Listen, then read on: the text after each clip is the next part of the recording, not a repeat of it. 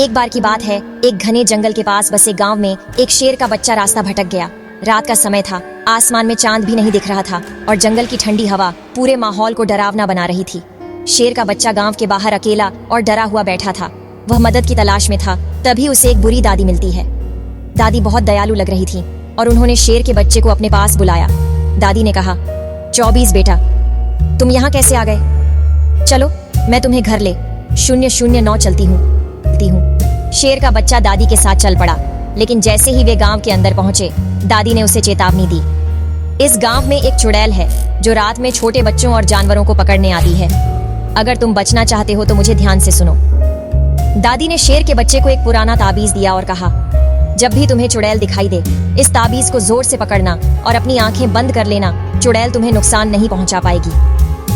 रात और गहरी हो गई और अचानक शेर के बच्चे ने एक डरावनी आवाज सुनी। एक भयानक चुड़ैल सामने आ गई। उसकी आंखें लाल थीं और लंबे भूमिराली बाल हवा में लहरा रहे थे। चुड़ैल ने शेर के बच्चे की तरफ अपने नुकीले नाखूनों से इशारा किया। धीरे धीरे उसकी तरफ बढ़ने लगी, लेकिन शेर का बच्चा दादी की बात याद रखता है। उसने तुरंत ताबीज पकड़ा, आंखें बंद कर लीं और चुड़ैल की जादू को नाकाम कर दिया। रात और गहरी हो गई और अचानक शेर के बच्चे ने एक डरावनी आवाज सुनी।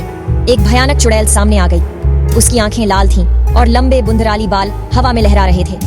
चुड़ैल ने शेर के बच्चे की तरफ अपने नुकीले नाखूनों से इशारा किया और धीरे धीरे उसकी तरफ बढ़ने लगी, लेकिन शेर का बच्चा दादी की बात याद रखता है। उसने तुरंत ताबीज पकड़ा, आंखें बंद कर लीं और चुड़ैल